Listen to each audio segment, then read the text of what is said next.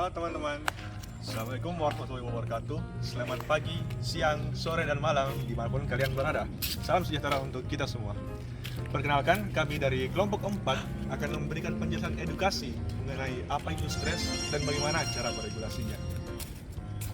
Jadi, pertama-tama, kita perlu tahu dulu definisi tentang stres. Stres merupakan bentuk respon tubuh kita terhadap stimulus-stimulus yang berupa peristiwa-peristiwa kurang menyenangkan, mengancam, dan berbahaya. Stres ini memiliki dampak lebih lanjut pada berbagai sistem yang ada di tubuh kita dan juga mempengaruhi emosi kita. Jadi, stres terbagi menjadi 3 tahapan. Tahapan pertama terjadi ketika tubuh kita menerima stimulus-stimulus yang membahayakan atau mengancam. Maka, kelenjar adrenal akan mengeluarkan 3 hormon. Hormon pertama adalah hormon epinefrin yang akan merangsang sistem saraf simpatik agar membuat tubuh dalam mode siaga. Hormon kedua adalah hormon kortisol yang akan mengatur kadar gula darah sehingga tubuh menerima energi tambahan. Dan hormon yang terakhir adalah hormon aldosteron yang akan membuat tubuh mengatur kondisi garam darah dan juga volume darah. Selanjutnya, pada tahapan kedua disebut sebagai tahapan resistensi, di mana terjadi penurunan penerimaan respon. Akan tetapi, kelenjar adrenal tetap memproduksi ketiga hormon sebelumnya. Hal tersebut dilakukan agar tubuh tetap dalam kondisi siaga dalam waktu yang lama. Terus pada tahapan terakhir, kita memasuki tahap kelelahan, di mana tubuh individu akan mengalami rasa lelah akibat menggunakan semua energinya pada kedua tahapan sebelumnya. Hal tersebut membuat terjadi penurunan respon pada berbagai sistem saraf dan juga sistem kekebalan tubuh. Penjelasan selanjutnya mengenai regulasi emosi akan dijelaskan oleh teman saya. Oke guys, selanjutnya kita akan membahas mengenai cara-cara yang dapat dilakukan untuk meregulasi stres. Nah, menurut EPA, terdapat 3 cara yang dapat dilakukan untuk meregulasi stres. Yang pertama adalah self-control, di mana individu memiliki kemampuan untuk mengontrol diri dan menahan impuls ketika dihadapkan oleh stresor. Yang kedua adalah self-regulation. Nah, self-regulasi ini adalah kemampuan diri individu dalam meregulasi stres yang dirasakannya dengan cara melakukan monitoring dan evaluasi terhadap stresor yang menjadi penyebab stres yang dirasakan oleh individu.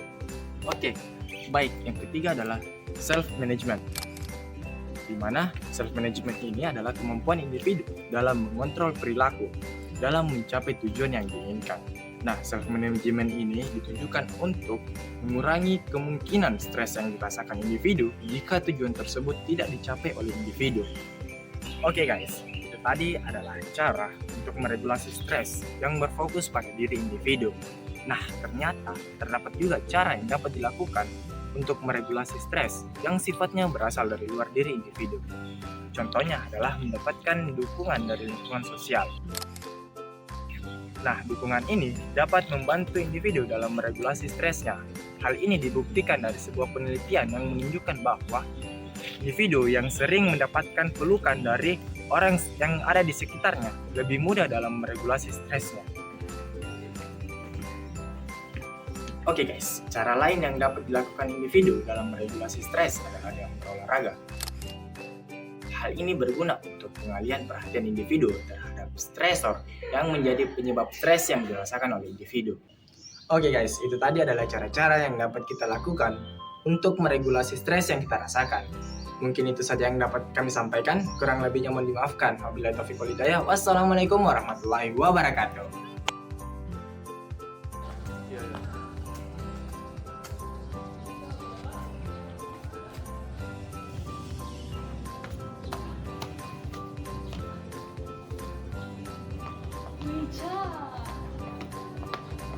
Aku tuh stres sekali kak weh.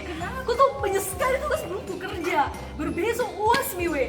Dan tidak ada sama sekali saya sentuh itu materi yang mau dipelajari. Tugas-tugas belum selesai weh. Astaga, stres sekali kak weh. Aku tumpuk tugas Weh, gue tahu Ica weh. Sih sampai kayak Nem ya sama minggu di rumah. Berpusing kepala aku. Demam kak juga weh kemarin. Astaga. Udah mau kupikir Ki, kalau saya tuh kayak apa di satu persatu mau pelan-pelan mau saja selesai di itu. Jangan kupikir kayak banyak tugasmu, UAS banyak. Wih, tapi memang kenyataannya banyak weh. Iya, tapi maksud aku kayak mulai mau kerja dan kupikirkan terus di situ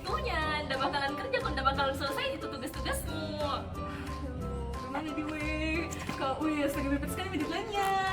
Pelan-pelan mau saja, selesai gitu weh. Supaya tidak terlalu stres lo juga. Gimana kamu supaya nggak stres gini sebagai mahasiswa kok dong?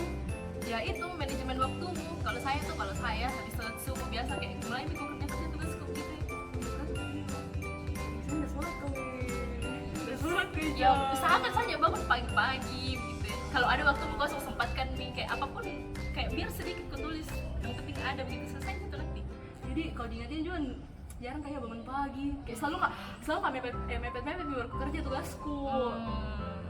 Terus apa lagi Cak? Kayak Kalau selama ini biasa kalau ada masalah begitu cerita sama siapa kok? udah pernah kak cerita weh. Kenapa ku? Jangan kau pendam sendiri. Begini weh, kayak tuh kau tuh tiap kali kayak mau kak cerita ke teman-temanku, so kak takut kayak mengganggu udah nanti atau enggak. Ya, jadi kayak gini mau kak begitu ya mau cerita ke mereka. Jadi takutnya nanti saya sebagai penghambat aktivitas mereka. Enggak jiwa, cerita mau ke saya kalau ada apa-apamu. Jangan mau kau pendam sendiri karena berat nanti itu apa gunaku sebagai temanmu di sini kalau dapat tempat cerita. Iya nih Cak. Tahu coba kau meditasi weh. Gimana tuh meditasi? Sini kau tunjukkan videonya. Sadari keberadaan Anda apa adanya. Sadari keberadaan Anda di ruang dan tempat ini, di saat ini juga.